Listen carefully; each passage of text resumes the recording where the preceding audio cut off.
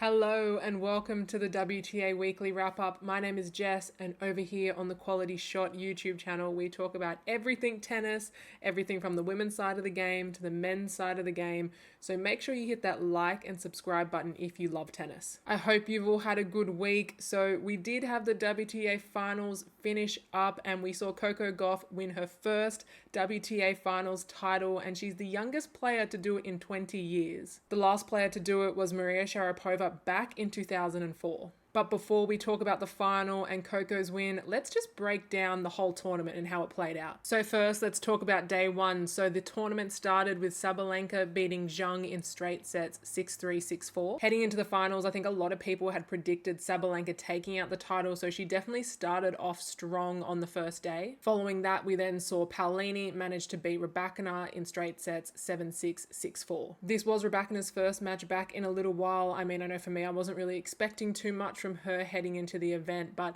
she did at least do well to push Paolini to a tiebreak in the first set. And then after that, we saw Swiatek have to battle against Krejcikova in 3 sets. She had to come back from a set down to win that match 4-6, 7-5, 6-2. The next match we had was Coco Gauff beating Pegula in straight sets 6-3, 6-2, and then Zhang managed to beat Rybakina in a tough 3 sets 7-6, 3-6, 6-1. Sabalenka then managed to keep her winning ways up by beating Paolini in straight sets in the next round.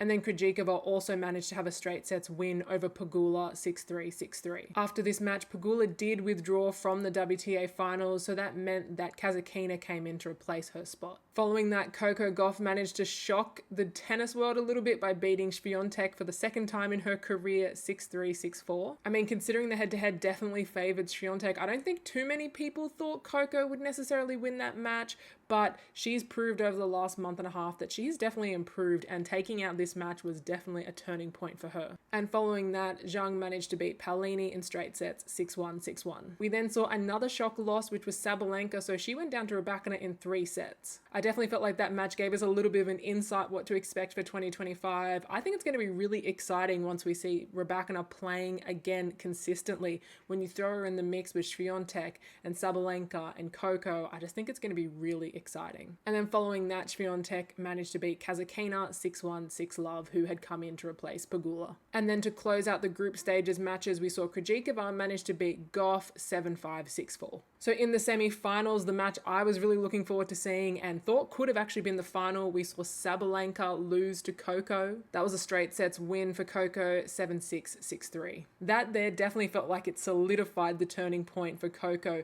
The fact that she managed to beat Swiatek and then to go on to beat Sabalenka, the world number 1, was hugely impressive. And then in the other semi-final, we saw Zhang beat Krejcikova 6-3, 7-5. And then in the final, I definitely think we saved the best till last. So Coco came back from a set and 3-1 down to beat Zhang. The final score there was 3-6, 6-4, 7-6. I mean, this match went over 3 hours, and the fact that Coco was able to get the job done in the end in a tie break was definitely a great win for her. And with this title, this is her first WTA Finals win. Zhang definitely fought hard. I mean, it definitely would be a disappointing loss, but I think, again, this was another great introduction to what we can look forward to for 2025. Zhang, in my opinion, has improved tremendously over the last few months. If you compare her to the Australian Open earlier this year, I definitely think she's a much better player now. So I can't wait to see what Zhang brings next year. So let's just take a second to appreciate some of the great things this win has meant for Coco.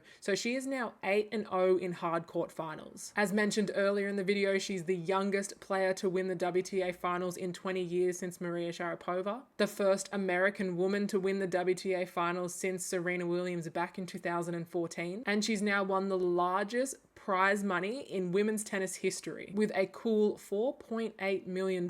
It's great to see women's tennis getting this shine and being recognized for the hard work that they put in. And one other thing, because of this win, Coco has now won a title at all levels. So we're talking she's at least won 1 250, 500, 1000, a Grand Slam, and also now the WTA Finals. I mean, as I say, I think I keep talking about it a lot, the fact that she's still only 20 years old, but when you really put in perspective what she's achieved, it feels like Coco's been around forever. So sometimes I forget that she's still only 20, and it's just really impressive that she's managed to achieve so much at such a young age. So I definitely think it's worth recognizing and talking about, especially considering people were talking that maybe the 2024 season hadn't been great for Coco. So I feel like she's ended it very strong. So obviously the focus this week was the WTA Finals. So if we take a quick look at the rankings, we know that Sabalenka has ended the year at world number 1, followed by Iga Swiatek, Coco Gauff, and then Jasmine Paolini. Zhang is now at world number 5, which has bumped Rybakina and Pegula down. Krejcikova is also back into the top 10 at number 10. And now just outside the top 10, we have Danielle Collins, Paula Badosa, and Diana Schneider. Svitolina is now at world number 23, which is 4 places up for her, which has bumped Katie Bolter,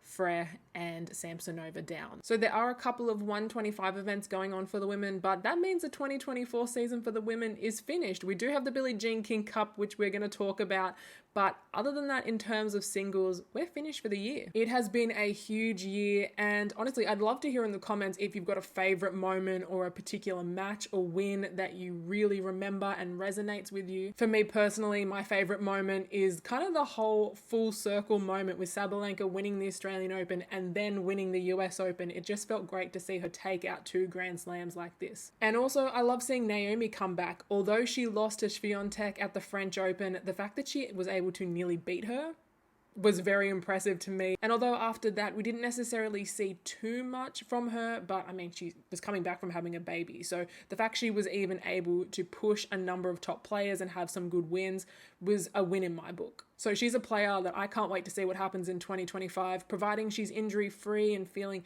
fit and healthy. But I mean, that match against Swiatek was really exciting, and if that was any indication for where she's at and what's going to happen in the future, I can't wait to see it. So if we have a look at the draw for the Billie Jean King Cup, we have the first round match with Canada having a bye, and they will then face the winner of Germany and Great Britain. We also then have Australia having a bye in the first round and will either play the USA or Slovakia. In the other half of the draw, we have Spain taking on Poland, and then the winner will take on Czechia. And then we have Japan against Romania, who will then face Italy in the next round. If we have a look at some of the players that are on the entry list to compete at this stage, for Australia, we have Isla Tomljanovic. For Canada, we have Leylah Fernandez leading the way, and we also have Grand Slam champion Bianca Andreescu on the list.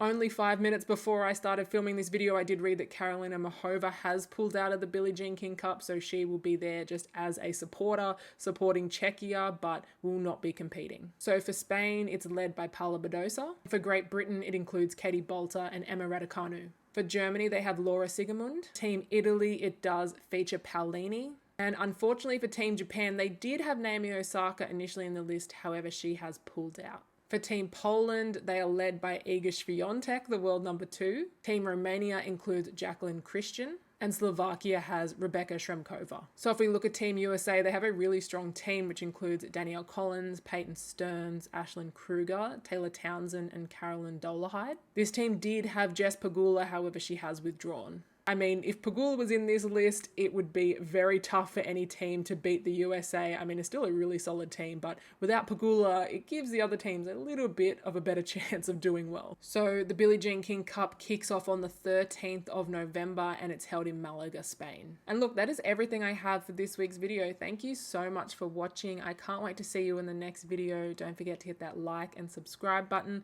My name's Jess. Thanks for watching.